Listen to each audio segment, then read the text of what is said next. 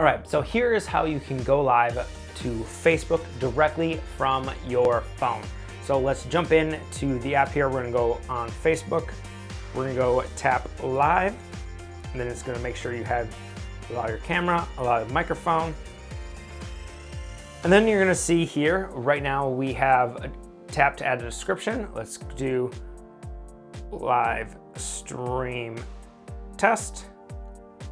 You can add location, find places near you. I'm gonna just go ahead and hit the lake. You can add friends if you want.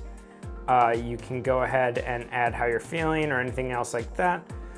You also have a couple other options. You have your live video, live shopping, bring a friend, that's if you want to add a guest, raise money, or a mystery mask, that's going to add a special like mask to your story.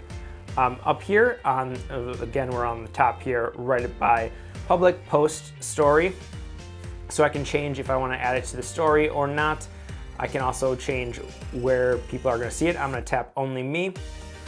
And then you can even add into some different groups, go there. I have no upcoming events, but I could do it that way. So now the post is gonna go only to me. That's kind of just so we don't see everybody else. You can also tap here to switch the camera. So if you wanna go front-facing camera or rear-facing camera, you can toggle that right there. You can go ahead and add the flash, not add the flash. And then if you tap that, you can now go ahead and report some bugs, things like that. And I'm gonna tap that to disappear all those tags on the bottom. I generally don't use those. I just generally tend to go live. I don't use all the extra stuff. But if you tap there, you can also go ahead and add some different filters and different things like that. Like you can see here how some of that is looking in the app. You can go through, scroll through, and try several different filters throughout that. And we're gonna go none, and then I'm gonna scroll through and show you some of the other things. And then along the bottom here, you can see, this is just kind of bringing up some more like favorited types of filters. And you can scroll through, and this would be recently used filters. Again, I don't really use those. These are just specifically masks, some other different effects. This is more of borders and different things like that. So you can try out a few different types of borders depending on. And the one I really want you to be concerned with is actually the little gear and screwdriver over there. So if we tap that, that is gonna bring up a couple features, and that is to flip your video. So this is really gonna help if you want people to be able to read the content on your screen or not. And then you can flip vertically as well. And then you can brighten up or darken, or your kind of auto-correct the brightness of your video, so you can make that adjustment right there. Generally, auto is pretty solid, kind of that medium spot is pretty solid. They do a pretty good job with that. And then I generally tend to recommend that people actually go landscape. I feel like personally that's a little bit more where I tend to lean. Vertical definitely has its place for sure. So it's going to depend on the type of stream you want to do, which route you go. But then all you have to do is tap that big blue button, and we have 3, 2, 1. We are now live, going live directly on Facebook.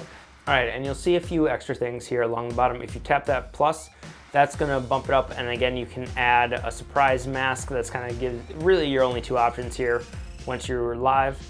And then if we jump, you can go and add your extra filters. Same menu as before, as prior to going live, so that's right there. Let's get rid of that. You can, of course, switch your camera to the front-facing or rear-facing camera. You can also go ahead and add the flash, which if you're on the front-facing camera, what that does is basically brighten the screen to kind of give an extra little hit of light. If you're on the back-facing camera, you can see it goes ahead and adds the actual flashlight there. And then right here, first of all, you can see the comments are going to appear here if there are any comments. Again, I'm only going live to myself, so there's not going to be any comments coming in. But you can actually go ahead and tap here and add guests. So this guest requests allow your viewers to request to join you as a guest in your broadcast. So anybody who's watching can make that request to join you as part of your broadcast. And you can see a list of viewers here, and if you have some viewers, you can tap them and invite them to join your broadcast right there.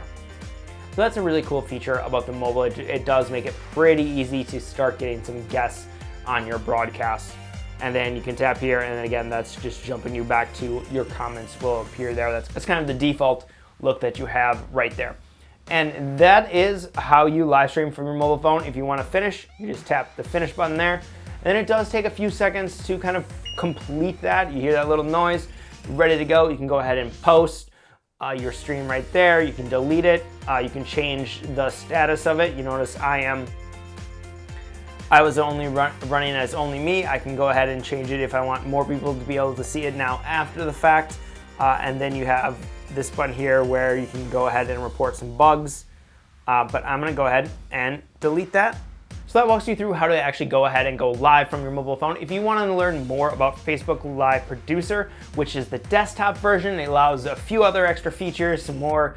It allows you to add some extra cameras, so it allows you to do more things and create a higher quality live stream. Go ahead and hit that video right there. That's going to walk you through in depth, kind of a full tutorial of Facebook Live Producer, and I will see you in the next video.